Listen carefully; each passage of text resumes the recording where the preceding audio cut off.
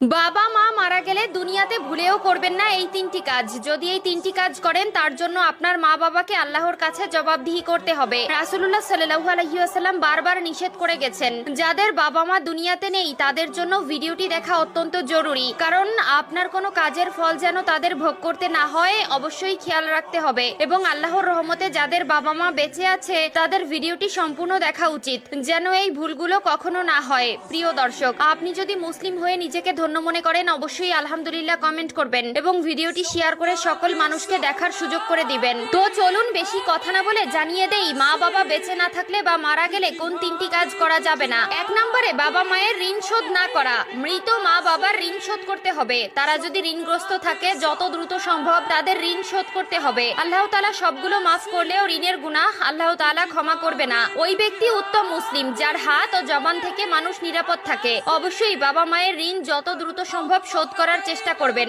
এবং সম্পূর্ণ ঋণ শোধ করে দিবেন। 2 নম্বরে হাউমাউ করে কান্না করা যাবে না। বুখারী শরীফে এসেছে 1226 নম্বর হাদিসে বলা হয়েছে, তাহলে সে মৃত ব্যক্তির কবরে শাস্তি দেওয়া হবে। যদি আপনি হাউমাউ করে কান্না করেন, চিৎকার করে কান্না করেন, অনেকেই গড়াগড়ি করে কান্না করে, অনেকে নিজেকে নিজে আঘাত করে, পাগলের মতন আচরণ করে। খবরদার, এই ভুলগুলো করা যাবে না। আল্লাহ তাআলা আপনার আপনজন নিয়ে আপনাকে পরীক্ষা করবেন। অবশ্যই কষ্ট লাগে যে বাবা মা এত মায়া মহব্বত করে ভালোবাসা দিয়ে বড় করেছেন, সেই মা বাবাকে হারিয়ে ফেললে কষ্ট লাগারই কথা। তাদের জন্য অবশ্যই দোয়া করবেন, চোখের পানি ফেলবেন, কিন্তু হাউমাউ করে বিলাপ করে গড়াগড়ি করে চিৎকার করে কান্নাকাটি করা যাবে না। পবিত্র কোরআনে এই বিষয়ে সূরা বাকারার 53, 54, 55 নম্বর আয়াতে স্পষ্ট করে বলে দিয়েছেন, না জানার কারণে সংসার জীবনে আমরা এমন কিছু ভুল করি যার জবাবদিহিতা আমাদের বাবা মায়ের করতে হয়। তারা দুনিয়ায় বেঁচে থাকতে যেমন আমাদের তাদের উপর দায়িত্ব রয়েছে, ঠিক তেমনি তারা মারা গেলেও আমাদের দায়িত্ব রয়েছে। অবশ্যই 3টি বিষয় সকলে জেনে নেবেন এবং কোনোদিন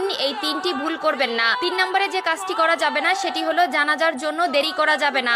অনেক পরিবারে আছে আত্মীয় স্বজন দূরে থাকার জন্য 2 দিন 3 দিন পর্যন্ত মৃতদেহ রেখে দেওয়া হয়, যা একদম